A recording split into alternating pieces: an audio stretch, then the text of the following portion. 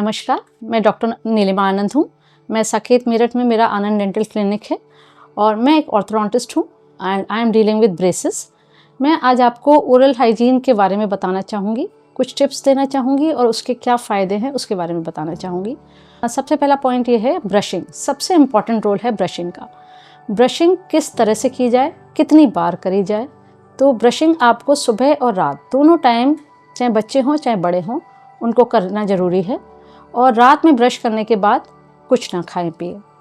दूसरी बात, जो ब्रश है वो किस तरह का इस्तेमाल होना चाहिए। हार्ड ब्रश, मीडियम ब्रश बिल्कुल ना यूज़ करें, वो ऊपर की परत को, दांतों की ऊपर की परत को काटते हैं। Soft, ultra super soft brush आप अपने डेंटिस्ट से संपर्क करें और किस तरह का आपको चाहिए उसके बारे में डिस्कस करें, वो यूज़ करना शुरू करें।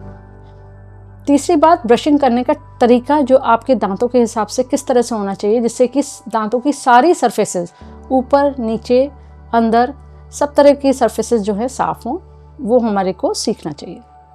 ब्रशिंग के बाद हम आते हैं फ्लॉसिंग पे।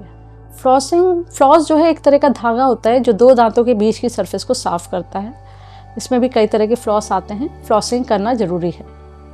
और तीसरी और बहुत ज़्यादा इम्पॉर्टेंट बात है रेगुलर डेंटल चेकअप। हमारे देश में कंपलसरी नहीं है, लेकिन बाहर की कंट्रीज़ में ये देखा गया है कि साल में एक बार डेंटल चेकअप मस्ट है। तो उस डेंटल चेकअप करवाने से फ़ायदा ये होता है कि आपको जो प्रॉब्लम्स आपको नहीं भी पता चल रही हैं वो भी आपके डेंटिस्ट जो है आपको बता देते हैं। अगला इम्पॉर्टेंट पॉइंट है आपकी डाइट। प्रॉपर बैलेंस डाइट आपके लिए, दांतों की सेहत के लिए, हाइजीन के लिए सही है। फाइब्रस फूड खाएंगे तो कुछ डिपॉजिट्स अपने आप ही चले जाएंगे। स्टिकी फूड नहीं खाने चाहिए, उससे ओरल हाइजीन जो है बिगड़ती है।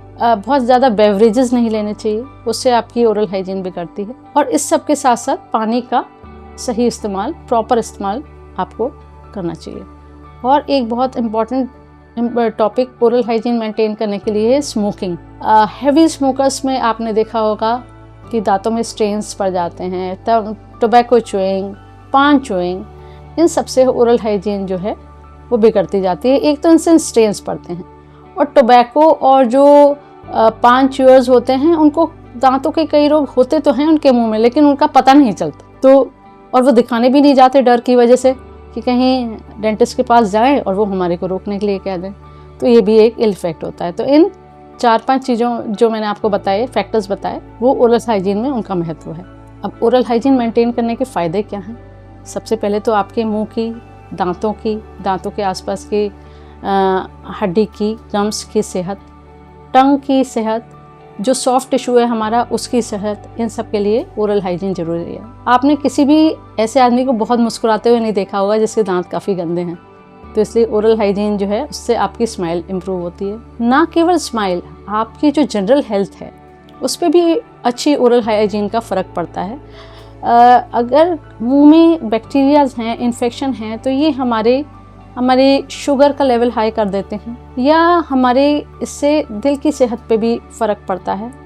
या प्रेग्नेंट वुमेन होती हैं, उनमें कई बार देखा गया है, कोरिलेट करा गया है, प्री टर्म बर्थ का भी बैड ओरल हाइजीन से रिलेट करा गया है। इसके अलावा ओरल हाइजीन का हमारे में कॉन्फिडेंस लेवल बढ़ता है अगर हमारी मुंह की सेहत ठीक होगी। अगला पॉइंट ये है कि अगर ओरल हाइजीन बैड होगी, बैड ब्रेथ होगी, आपकी सोशल डिस्टेंसिंग हो जाएगी, तो उसको बचाने के लिए भी अच्छी ओरल हेल्थ जो है ज़रूरी है। अगर हम बैड ओरल हेल्थ है उसको हम ठीक करवाते हैं या ओरल हाइजीन बेटर करवाते हैं ट्रीटमेंट करवा के, तो आपकी बहुत बड़ा असर आपकी further financial investment in dental treatment पड़ता है। वो क्या है, जो भी अगर ओरल हेल्थ ख़राब होगी उसमें आपके अगर गम्स की कंडीशन ख़राब है या आपके दांत को निकलवाना पड़ा, उसके बदले दांत लगवाने पड़े, चाहे वो फिक्स दांत हों चाहे इम्प्लांट्स हों, या आपके जॉइंट में कोई प्रॉब्लम हो गई तो उसका ट्रीटमेंट करवाना हो, या ज़्यादा तंबाकू वगैरह खाने से